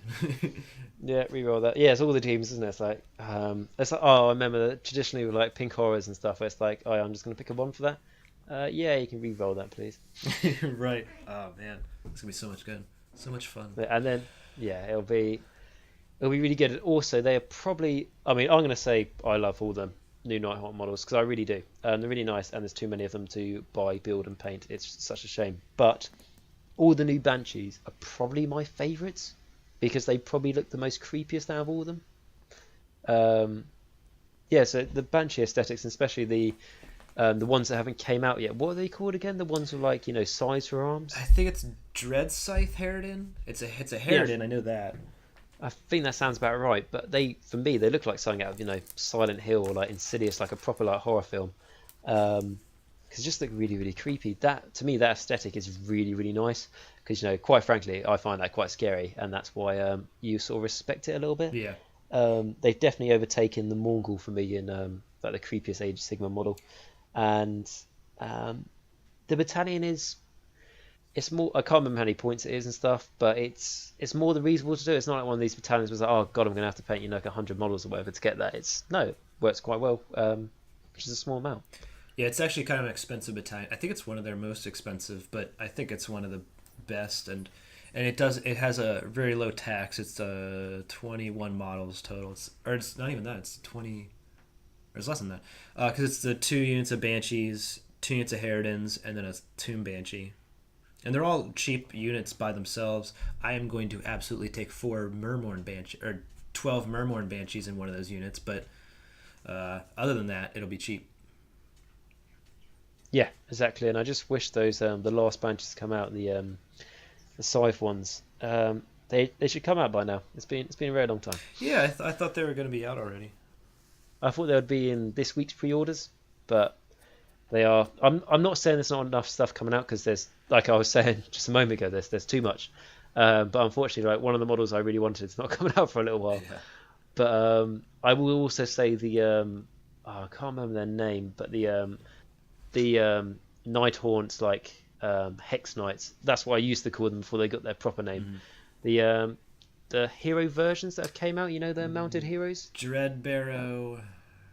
That sounds about right. Something like that. Yeah, they are. I remember when I went to I wasn't going to buy them because I didn't have time to make them and anything, but I was going to have a look online to see how much they were, and it was like £15 for two, and I was like, Okay, I definitely imagine them. We're going to be about 40. Imagine them to be, like 20 or at least like £30 for two. So I'm very happy with £15 for two very nice looking models. I was It's probably the. sorry. Go ahead. I was just going to say it's probably the like best price thing I've seen from Games Workshop for a long time. Yeah, I was kind of confused by them because I thought they were a unit. I thought that was like Yeah, a I thought they were monstrous going to be a unit cavalry as unit. well. Yeah, and then they even released them in boxes of two, and I was like, more so, like, yeah, it's a unit. And then you look at the scrolls, like, oh, it's a hero. What's going on? It's unfortunately, like I said, they're really good value for money. I haven't bought them, but they look like they're really good value for money. They're awesome models. Unfortunately, they're all looking the same way, but they're awesome models. Um, but they feel like they just fit an other role in the Nighthaunt army, just another cheap hero, which I haven't really looked through the rules too much, if I'm honest, but I don't know what their purpose is. I mean, they're like a fast responder because they are quite fast, but I'm not too sure what they do So because they only have one damage attacks. yeah, so what I was thinking about using them with, in that one battalion with the black coach, you can take up to two of them, and then they'd be +1 to charge. You could do the chronomatic cogs and speed up time for another +2. So they could, and then they can teleport in the movement phase, and then like it's not like chameleon skinks where they go off the table and then next turn they come in. This guy teleports in his movement phase. He goes off and on in the same movement phase. I'm almost positive on that. And then you can drop him 9 inches away, and then he's potentially +3 to charge. That's pretty decent. And then he's a leader, so he can reroll his charge if he needs to. I think he would be very good, and he's fairly cheap. I think it was 100 points. I think he'd be good for like just if the opponent leaves a hole in their deployment zone or something, you can like teleport behind it and like hit a support character or something like that. Yeah, that's very true. And I said they only have that one damage attacks, but of course, if they do charge, they get to like add one to their sword, whatever. I think it's called a dreadblade. So now that becomes like a weapon with three attacks and do two damage. So they are actually, I'll take that back. They are quite good in offensively if they can get that charge in. Yeah, the first time I saw them, I was like, man, they're a support character, or they're a character, but they don't offer any support, and every other character offers like amazing support abilities. So Yeah, I was almost instantly just underwhelmed by them. But the more I thought about them, the more I think they have very specific synergistic possibilities with like hex race. Even I had an army. I was thinking about giving this blade, the Harrow thing, the leader we're talking about, give him the pendant, and then put him with some hex race, and then the hex race just like blast off and just run over a unit and do more wounds, and then the Harrow teleports over there, so the next turn they can do the same, and they can also maybe give him like ruler of the spirit host so he can heal back hex wraiths. He's just a very mobile character, so you can use it for command abilities or maybe the ruler of the spirit host or even pendant of the night felt wind, just trying that's to right. get him exactly where you need him, where that aura. That's very true. And if you compare them to the other, like mounted similar hero for the Nighthaunt, Night Shrouds, they are 40 points cheaper as well. So for that role, like you just described, they're better suited to it because they can, that it's cheaper for points really, and they do a similar thing. But this guy can teleport, which, like you say, if there's gaps in the enemy's army or the enemy's territory, he can like just pop up there, which it just gives the Nighthaunt more options. If they need when they look at the options and contingencies, this is another thing they've got. Right. They can pick for, if the situation arises. Yeah, it's kind of the closest thing they can get to like range attacks, kind of like because they'd have the chain gas, but like they don't have any way to. I mean, they can teleport their guys, but they don't have a way to give them plus to charge in a lot of cases. But with the Harrow in that battalion with the cogs, it's pretty +3 to charge when you're 9 inches away is almost not guaranteed, but is very very likely.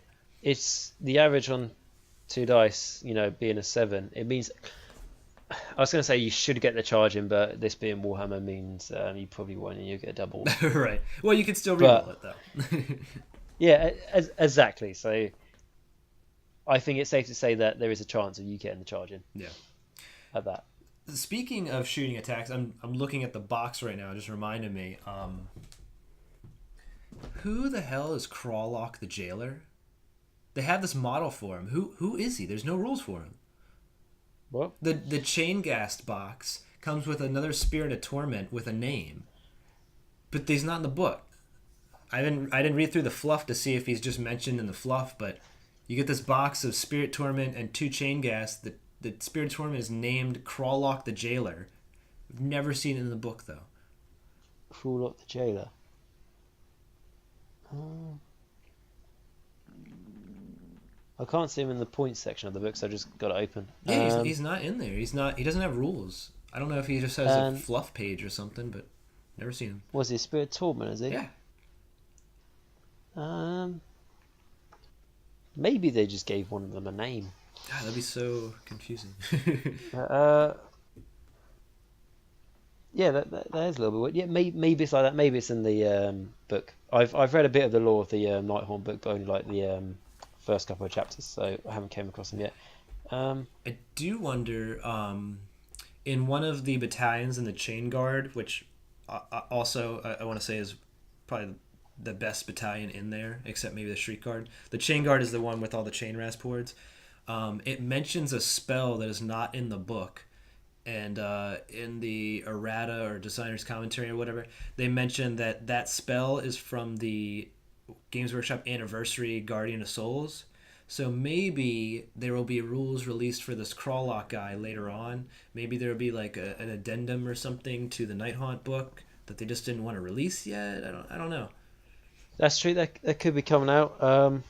Unfortunately, I won't be getting that anniversary guy for a while because like my store's birthday is March, so be waiting a little while. But it could be to do with that, maybe. Let's just look at it as another mystery that is yet to be unravelled before us. Yeah. I think. Something I will just say on the topic of like battalions and stuff, the Nighthaunt, they've got quite a few battalions. You know, it's quite.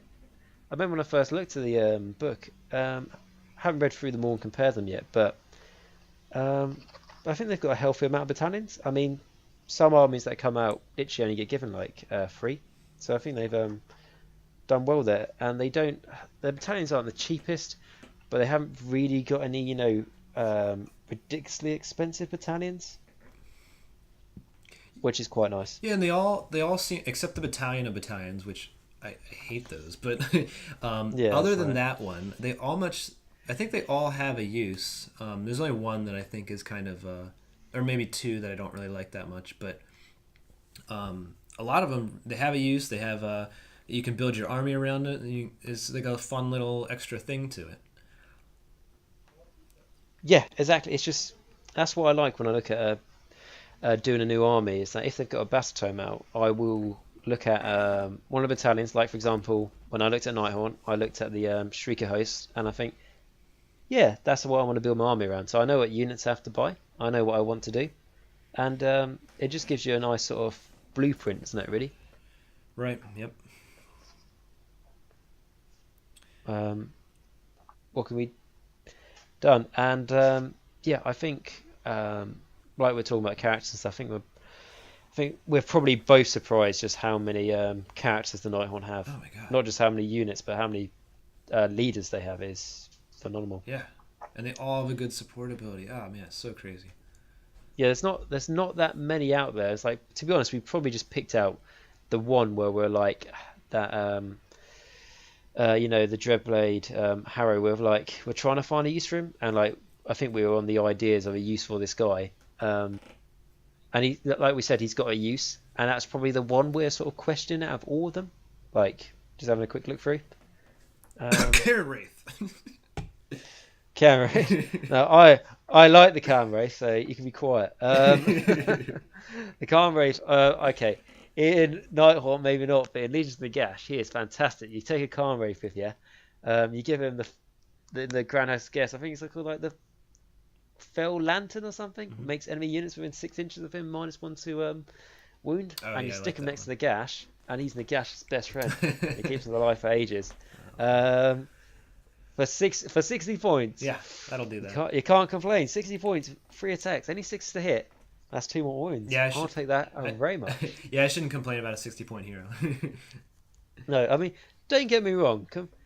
Compared to the Tomb Banshee, maybe the Tomb Banshee screaming thing is a little bit better, but that shows, isn't it? It's like joking around and stuff, but like maybe the Khan Wraith is not as good compared to some of the other ones because they just add that much more to the army.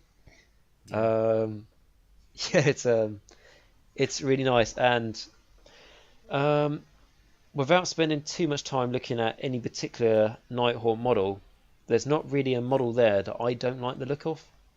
Yeah, I agree. There's always some armies who think, oh yeah, they are really nice, but I don't really like the aesthetic that character has or whatever. But these guys, they're all themed really, really nicely. I like also that the Shrieker Guard. I kind of like having the option to make like almost all female army. I mean, the Chain Raspuards are kind of androgynous. There can be either, but having everything else be female or women, I think that'd be cool. Have Lady Olander leading them. We haven't even talked about Lady Olander. She's so cool. Yeah, I think agreed. Having a arm that you can base, around females, very cool. I mean, for my death and like my soul blight, I go for like a Larmian theme to have that there. Cool. And for the new Stormcast, I'm going to see what I can do on trying to make that bit unique in that way because they've got all the lovely new sculpts. And then yes, talking about the new Mortark, yeah, she is good. Once you understand, she's not too tall. She is very good. I think the only criticism I have about her though is her, the sort of banshees that are holding her books. Yeah.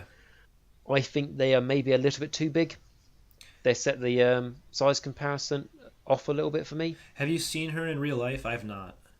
I've not seen her in real life, no. In those pictures, I really hope it's just the pictures, but I think those banshees look kind of goofy. That's like one of the very few things I don't actually like about the Nighthaunt new sculpts.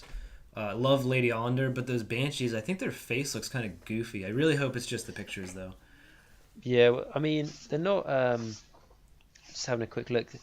I don't think their faces are the same as the Dreadsight. No, the Dreadsight are a bit different. Yeah, I think maybe I might be wrong, but maybe just have Spirit Hosts holding those books Yeah. and stuff like they did with similar thing with Nagash. But no, she's good. Her rules are quite nice as well. She's nice and she's not too expensive in points. There's nothing in this army that you think, oh bloody hell, I would like to take one of those, but it costs 600 points. I mean, I'm not really going to take it that much in a Yeah. competitive game. The most expensive thing I believe in this army is the Black Coach. Yep. I believe 280. Yep. And actually, I don't Fair think enough. I will be using the Black Coach a whole lot. Is this out of spite of what it used to be like? Or? No, it doesn't. I mean, I haven't. No, used it, yeah. obviously, but I think the best thing about it is the healing ability, which I don't want to pay 280 points for healing. I agree. I think right. So what I will say about the Black Coach is it's a lot better than what it used to be. It's been made good, but maybe it's a little bit too expensive now for what it does. Yeah. Yeah, I mean, because its attacks are still nothing really to, write home about. It's ways it can advance through the levels of the. Is it the Invocation of Death? I think it's called. Yeah, I think so. Yeah. Yeah, the leveling system it has. That is a lot better now. The abilities it grants are so much better. But I think instead of 280 points, I mean, I haven't used one or four against one, so I can't say for certain, but maybe 200 points, 220. I think the Mortark of Grief is better. Obviously, the Mortark of Grief has got less wounds and stuff, but I think it adds more to the army. Not just the Mortark of Grief, but I think the other characters add more to the army, particularly the Craven King. I do like him. Oh, I think he's actually the only model. Now that I think about it, he's actually one. I like him a lot, but I don't think is very good at all. His attacks are good. Yeah. And that Um, command point thing. Now that I know how important command points are to Nighthaunt, maybe that is more important than I was thinking. yeah, I think Margot's good. For me personally, my favourite model though out of all of them has to be the Grim Hauler. Is it? Oh, really? What's his first name? Reichnor. Reknor. Yeah, he is. He's my favourite model out of all the new Nighthaunt stuff. As a hero, because damn that like undead Pegasus or whatever you want to call it is beautiful. Yeah, I love the candles on his head. That's so cool. Yeah, and then the candles have like rules as well. Yeah. It plays so nice, and like I've only read a bit about his lore, but how he was um he spent most of his life, trying to prevent death, and then because of that, Nagash has elected him as one of his lieutenants in his Nighthaunt army, which is cool. And I think what's been nice and has been shown off rather recently, and in particular in the new edition with the Stormcast new army and with the Nighthaunt, and probably in particular with the Nighthaunt because there's quite a few of them. These named characters, named characters are coming back.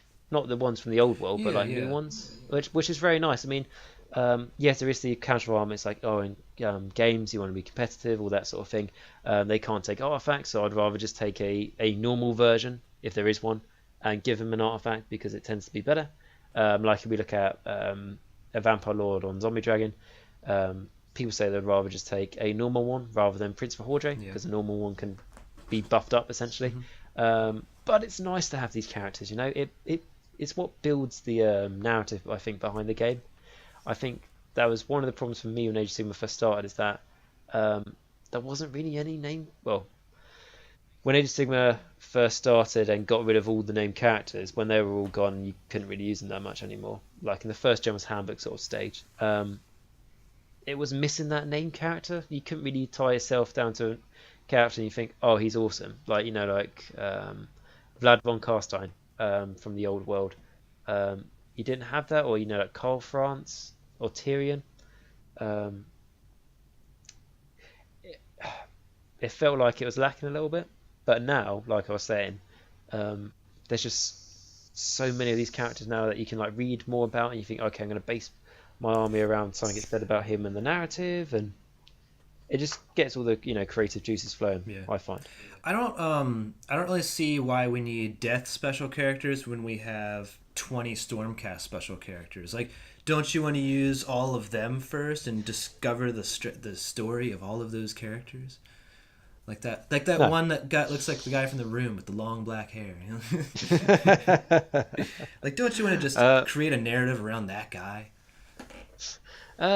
Maybe I'll take what I just said back. Yeah, the Stormcast they do have a little bit maybe too much, maybe even spoiled potentially Possibly. in characters. Possibly. It would have to be investigated further, I think, Yeah. on more lines of inquiries. But I can't say too much about Stormcast now because I like them, so I have to sort of shush that. Traitor! A little bit, yeah. I know. It gets to the point when you've cut up, I don't know, about 15 of them. I've literally bought about 25 Liberators or 30 Liberators from eBay and cut them off as basing material for flesh eaters.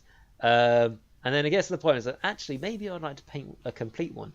And I did, and it turned out I quite like painting them. So yeah, but yeah, maybe the Stormcast, like I say, they've got about 20, maybe 30. Maybe 30 might be a good number for them to make, and then they can on, they can work on the stories for other armies. Or the stories for more Stormcast heroes first. That's true, yeah. Because there's always new chambers, buddy. There's always new. I mean, that trailer they came out with, I mean, I thought that was quite funny. But they have admitted now. It's just like, what is it like? Sigmar Malege, you can't solve all your problems by opening a new chamber. It's like the hell I can. Just smashes his fist, open another chamber. And it's like, it's funny, but they understand now as well. Yeah. But this new chamber I do like, so yeah, it's and like talking about like named characters, if you take a step away from the Nighthaunt, the for the Stormcast, they've got their new character on their mount, and I think it's called Aventus Firestrike, Yeah. the Magister of Hammerhall. Right. And even him, or the non-named character version, is particularly the paint scheme, the name characters painted in with the white beastie. That for me is hands down the nicest Stormcast model that came out to date. I know some people don't like him because they think it looks a little bit, maybe a bit too goofy and stuff, but which, you know, that's fine, I respect that. But for me personally, I really, really like it. And I think something that you mentioned earlier was the mount. It's got like essences and theme from, like, you know, Greek mythology, but it's not, as far as I'm aware, it's not tied down to any mythical Greek beast. Yeah. It's like a bit of a mixture, a bit of its own, which is really, really nice. And the detailing on its wings and the feathers, I don't know if that's painting, it might be painting, but it's outstanding, I think. Yeah, I'm a fan of that model too. I do understand the criticisms, but I like the weird jaw or whatever people are complaining about because it makes it look unique. Yeah, like I said, I do really like that, and yeah, I get it. Yeah, it does look like maybe it's George just hanging a little bit too loose and stuff, but, you know, that was me trying to do an impression of it, like a bit too goofy. But it's, for me, I like, it gives it character, and it's not goofy as in the spells for the Nighthaunt with having like huge skulls coming out of a Halloween casket. It's a different sort of goofy, and I've looked at it, and it's like in the UK it's £70, so quite a bit of money. So hopefully it's going to be fairly good size. But I will definitely be getting this guy, and I've, like I said, I've only like built and painted like one Stormcast model so far, so I should really build up some more battle line before I get this guy. But I'll probably have to get him next weekend because when he comes out, if there's one in the store, because I just need that model in my life. Yeah, I can understand it. Yeah. But yeah, so sorry, just going back to the Grim Hauler on his Undead Pegasus. What did you say his name was again? I think it's Reichnor. Reichnor. He's £25. Yeah. So I'm cheap. doing all these, like, you know, pounds and stuff, because I don't know what it is in the US, but really, really good value. Like, can't complain. I haven't bought one, but I can't complain against that price at all. Yeah, even Lady Allender, even she's as cheap as that seahorse thing guy from Ideneth Deepkin, which I was kind of surprised by. Oh right, yeah. I mean, I know she's smaller than the other Mortarks, but, you know, that's almost like half the price of them. Yeah, right. No, it is. And yeah, I mean, I don't know if she is, but I know the I can't remember keep forgetting his name, but the Grim Hauler. Yeah.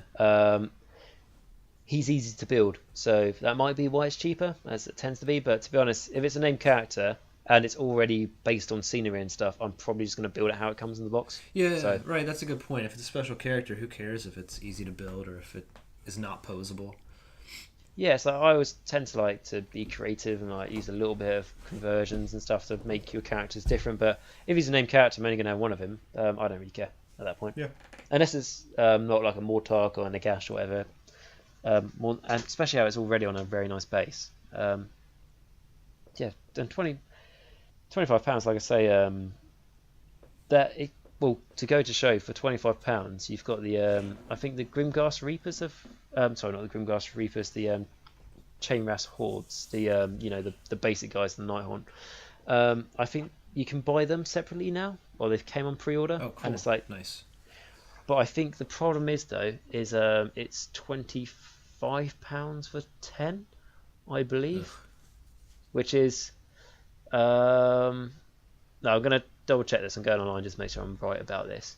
But if that, yeah, it's £25 for 10, which I think is way too much money, especially how they and they're easy to build as well. How they sort of devalue them by putting them in the starter box. Yeah, and especially a lot of time, like I was planning on bringing 80 of them, so that's gonna be annoying to buy 4 boxes of them because I have 40, buy 4 more. I think you probably might even be better just buying like Soul Wars and selling the other stuff off. Yeah, maybe. If you want to build these guys up, because I'm not saying they're not nice models or anything like that, because I do think they're very nice, and we've talked about these guys before. But particularly in the Soul Wars box, how they give you 20 in there, it's And then I £25 for 20. I thought, be fair enough. I think you get like 20 crypt ghouls for £25. 10 skeletons for like £15.50. You know, Yeah. it's. I mean, then again, I think like 10 Graveguard is like £25 or something. So, but that was priced a while ago. I mean, if I could have 10 of these guys or the guy on the Undead Pegasus, I know which one I'd have. Yeah. I do want to whine for a second about easy to build stuff. Yep, go ahead. I like the idea because for new players and for a starter set, yeah, do it, please. Like, get people into it more easily. Let them just clip the things out and put them together, and that's it. But like for experienced players or like people that have been modeling for a while, it's, at least for me, it was really annoying. I had to like clip out the little pegs, but I didn't do it on the first few because I didn't really know that was like a strategy. So like my Murmorns and my Glaive Wraiths are kind of like, there's a gap between them. The Malign Sorcery, I know everybody complains about the Purple Sun. I also complain about the Purple Sun because mine has gaps like all over it. And then even I was looking online at Mini Wargaming, their YouTube channel. They have a whole bunch of Age of Sigmar stuff. They have the Purple Sun in their intro, and they have these really cool pictures, and everything's painted up really nice. Even there, you can see some cracks because it's just it doesn't fit together very well. It's a very weird. If anybody's built the Purple Sun, at least for me, it was the first Warhammer model I've ever built where there's like an internal frame, and then you put on the pieces on the outside. It was very weird, and it didn't fit together, and I'm whining. That's okay. Everyone can whine every once in a while. Yeah, I mean, I haven't built it, but I have built some of the, like I said, the easy build ones, and there has been problems, and particularly before I knew, like, if you cut down the joints a little bit so they go together better. Before I knew that, yeah, it was the right pain. I wondered I'd be gluing them, and I wondered why the gap wouldn't close, but now I know. Like, what did you call the joints? What did you call them? Like the little sticks that. It's like a little peg. Yeah, peg. That's the better word. Yeah, like you trim them down, it makes everything easier. But like I said, before you know that, it's a right old pain to do. In all honesty, all I can say is at the moment with work, I don't actually have too much time for the hobby. So for me, it's nicer. But I knew if I had more time to do this, if I didn't have to do like lots of private work, and I focus on the hobby like I did a few months ago. Yeah, easy to build can get annoying, especially when you want to add some variety to the models. Yeah, it's a shame, especially like you say when there's like I haven't built the new spells. Like you say, that Purple Sun, I've heard a lot of people complain about that, which is you buy it and you expect it to work as it would normally. And I know they say like, oh well, these easy to build. They're dry fit, so you don't have to glue them. Of course, you're going to glue them. Unless it's not like a question of like, oh, in case you don't have any glue. You're going to spend, I don't know, how much does that? How much do the spells cost? I think they were 80 in American. Like $80. If you can afford to buy those for $80, you can afford to buy glue. It's pretty annoying. Yeah. And you would have known like the ones they would have shown off on White Dwarf and on the website. They would have all been specially like they would have cut down the pegs and used glue on all of those models. Yeah. They would have done them to an expertly standard. So it's a shame they can't. It's a shame they don't like say how they did it. Yeah. On the box rather than just saying, "Oh no, we did just do it by just pushing them together." No, you didn't, obviously, because you did it to. Right. Yeah, it's a little bit annoying. Two more gripes. Oh, and the purple sun. So you're pushing very hard on this thing to push it into place. It is spikes all over the surface, so your hands are like look like they're gonna bleed while you're done. Once you're done, because not only the big spikes, there's like little spikes in between that are like actually sharp. So like so it's kind of a pain to squeeze them together. I had like rubber bands, but I don't think they were strong enough. The other thing is I don't think I like colored plastic. I like for the spells it was kind of a cool idea, so you could just like put them on the table and your purple sun's purple already. But especially for like the easy to build Nighthaunt stuff, that's like this turquoise color, which it's actually a really cool color. But I'm priming it harder to spray.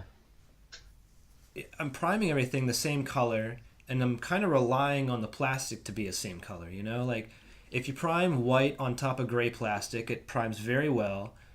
But if you prime white on top of turquoise, you're gonna have to prime a couple times. It's not gonna just go on a clear white. Like the gray kind of just gets lost in the color of the primer, whether it's black or white. It gets lost. But the turquoise, it's gonna shine through. I haven't done it yet, but it's gonna shine through. Yeah, I know. That's what I meant. Like it's harder to spray on. I mean, I haven't done it yet because I haven't bought the separate easy to build kits, but I can imagine what you mean. And like you were saying, you can get it because it's like the purple sun's purple for it. It's on the table. The Nighthaunt look a bit ethereal before they're on the table because of that turquoise color. And it might be to do with like trying to get people into the game, so you know they don't have to paint the models before they play them. But realistically, I don't want to say most people who play paint their armies fully and stuff because they don't, but everyone tends to do some element of painting on their army. If it's a little bit or a lot or whatever in between, that's what a big part of Games Workshop is selling those paints. So I don't really know why they've. It sounds like a cool idea, you know, having these colored plastics, but in reality, it's not practical. Yeah, I agree. And even if you don't paint them, and if you just like the color of how they looked, only the Murmorns and the Glaive Race are going to be this cool turquoise. The rest of it is going to be that ugly gray plastic. Like, Oh, exactly. so Yeah. I mean, you can't even rely on that. You can't even rely on your whole army being the one color. Yeah, and which is a shame, really. I mean, it probably didn't they do it for the Stormcast first, and the Stormcast were gold. Yeah. Is that right? And the Khorne were red. Which, to be honest, I'm not too sure about Khorne, but if you're doing Stormcast and you're doing them in gold, I imagine you would spray them Retributed Gold or Chaos Black and then Retributed Gold on top, so you wouldn't notice so much. But obviously, with these new ones, that's not really the case. Yeah. And these complaints are, I mean, I still have complaints, obviously, but I like the malign sorcery. I like the easy to build stuff. I do get the point, and I'm glad new players have an entry point like that. It's good. Yeah. Oh, don't I complain all the time and contradict myself all the time as well because I'm like, oh, you know, Stormcast and get everything, and they're like, so this really new Stormcast model came out and I can't wait to buy it. But you just said that you don't like them and there's too many models coming out, and surely if you buy the new models, they think that more people want new models. Yeah, but this new model's coming out and it's really cool.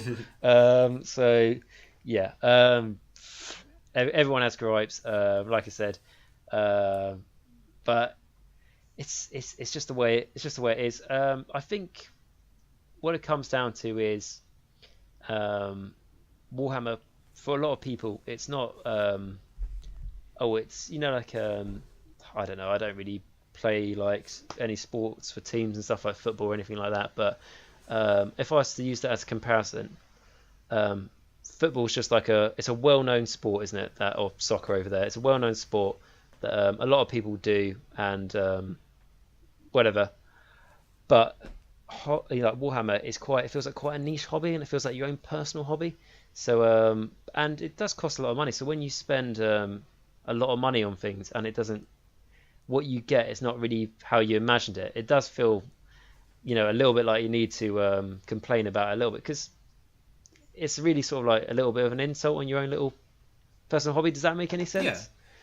Like, yeah, it feels like I said, like someone compared to football, American football, whatever. It's like such a big thing. It's like everyone does it, but because Warhammer feels quite niche, it's like it feels a lot more. It means a lot more to you when something goes well or not well. Yeah, and even more to that, I think nowadays it's good that we complain vocally, that not like just crying about stuff and just whining, but constructive criticism. Games Workshop is listening at this point. Like with all the complaints about the Purple Sun, I kind of doubt they're going to do something quite like that again. I bet they will fine tune it a little bit if they ever release something like that again. Yeah, I mean, what I can say is at least it's not metal. Yeah, Can you right. imagine if it was metal?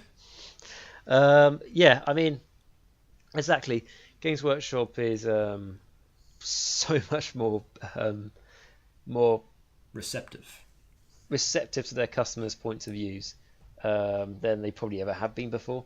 I mean, obviously, I haven't been doing this since Games Workshop started, but from what I've heard, this is like the golden era a little bit. And like I was saying, probably, I don't know, about 5 months ago, something like that, when the Legions of Nagash Battle Tome came out. I think a little while after that came out, I did like talked about it and just saying like, is this all Def's gonna get now? We've got this Battle Tome, which is lovely, but we're not going to get any models. Is that like, Def's moment? It's gone now. It's going to be a while until Def gets anything. And then I was saying that and I was whining about it. And then now we're knee deep in Nighthaunt stuff, and I'm saying it's too much stuff. So I can contradict myself continuously. So yeah, I agree with you, and I know where you're coming from. With like and you've got to be vocal because it's not. It's complaining and what people call bitching's got a big stigma behind it, but it's to prove a point. It's not, you're not just doing it because you're bored. It's because you want Games Workshop in this case to hear what you want to say. Yeah, sometimes it works. And yeah, exactly. And if it's beneficial for you and them, it's like, okay, if they make the changes and they produce a better product, more people buy it, and less people complain, and then they make more money. Yep. And more people are happier. It just makes sense. Agreed. Yeah, but yes, yeah. So much stuff. We just sort of started this video just sort of talking about the new changes, the new edition, and what's happened, and like what we've been up to, and then we've ended up talking about Nighthaunt, haven't we? And a little bit of Stormcast, and it hasn't even really scratched the surface of all the new stuff. Right. Yeah. Yeah, but that's about all we got for today. Unless you have anything else to add, Agent Nagash. No, I think that's it. We covered like what we've both been up to and what we think about the new edition, and now we both had a couple of games, and it's been quite nice that we both played against like different armies and like used different armies from each other. And I think by the time next time we have one of these Holy in chats, I don't know, like in the next month, there'll be plenty of more stuff to talk about by then. So I think we'll leave it here for now, I believe. Right, yeah. I do want to mention Agent Nagash and I are trying to work out the sound for recording together. So if anybody has suggestions, we'd really appreciate it. I hope the audio is good on this one. I know the last couple, there was a little bit of a difference in quality, and that was kind of on my end that was the problem. But I think this one will be better. I really hope it is. Please let us know if it's not, and let us know if you have any suggestions. Do appreciate that. But yeah, this is I'm the Twinned Coot. This is Agent Nagash with me. We were talking about Age of Sigmar, kind of recapping Nighthaunt and 2nd edition. Like I said in the beginning, I'll have a link to Agent Nagash's channel in the description, and please check out him for some death content. I'm really glad to have you on the channel, and glad we could get a good talking in, because lots of stuff's been happening. Yeah, thank you again very much for letting me on the channel, and like you were saying about the microphone issues, yeah, we do apologise if there was any problems with that before. What we're doing with this one, it's a little bit of a experiment, a little bit of a new way of doing it, so hopefully the sound quality will be improved slightly. Let us know, as Twinned Coot said, if there's any advice you can give us. And yeah, so that aside, I thank you very much for letting me come on your channel again. It's been a pleasure as always, and I thank you guys very much for watching this. When this comes onto my channel, I will put a link to Twinned Coot's YouTube channel in the description, so again, make sure you check that out to make sure you get all your advice on your Warscoll reviews. Great. Well, thanks for joining, thanks for listening, and happy wargaming, everybody.